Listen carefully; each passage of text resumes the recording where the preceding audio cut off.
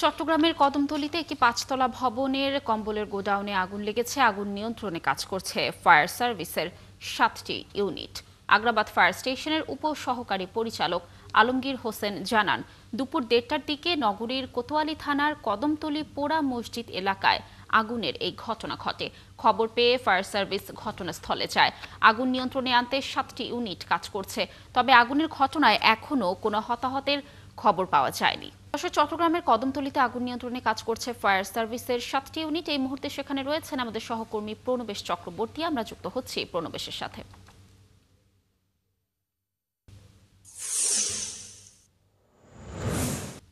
প্রণবেশ, আগুনের সর্বশেষ পরিস্থিতি কি দেখছেন জানাবেন, আর আগুনের সূত্রপাত কিভাবে হয়েছে এই বিষয়ে কোনো তথ্য জানতে পেরেছেন কিনা, ফায়ার সার্ভিস কর্মীরা কি বলছেন, বিস্তারিত জানাবেন আমাদের। চট্টগ্রামের কদমতলী এই এলাকায় এখানে ৪তলা ভবনের উপরের তলায় অর্থাৎ ৪তলায় কম্বলের গুদামে যে অগ্নিকাণ্ডের ঘটনা সেটি নির্বাপনে এখনো ফায়ার সার্ভিস কাজ করছে। তবে আগুন অনেকটাই নিয়ন্ত্রণে আছে, যদিও মাঝখানে আবার কিছুটা আগুনের হলকা দেখা গিয়েছিল।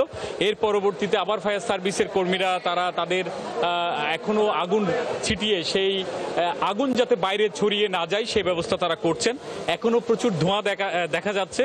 তো ফায়ার সার্ভিসের কর্মীরা আমাদেরকে যেটা জানিয়েছেন, তারা আগুন যাতে বাইরে ছড়িয়ে যেতে না পারে ওই কম্বলের গুদাম থেকে, তারা ৪-৫ থেকেই এই আগুন না ছড়ানোর কাজটাই তারা করছেন।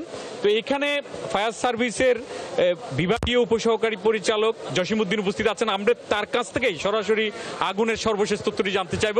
এখন আগুন নিয়ন্ত্রণে আছে কিনা, কয়টি ইউনিট কাজ করলো, আর আগুন ছড়ানোর ঝুঁকি এখন আছে কিনা? আমরা 8টা ইউনিট আমাদের বর্তমানে কাজ করছে। আগুন আমরা 4টা নিয়ন্ত্রণে নিয়ে আসছি।